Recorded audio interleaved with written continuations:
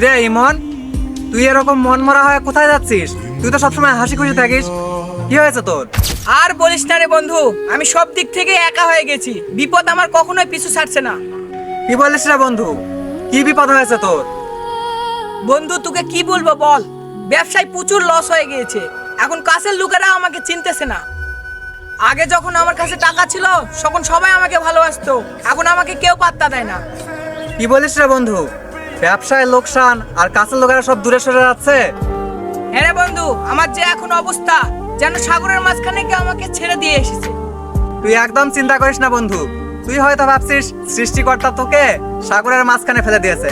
এটার কারণ তো এরকমও হতে পারে, তোর শত্রুরা সাঁতার জানে না, আর তোকে সাঁতার শেখানোর জন্যই হয়তো সৃষ্টিকর্তা তোকে সমুদ্রের মাঝখানে ফেলে দিয়েছে।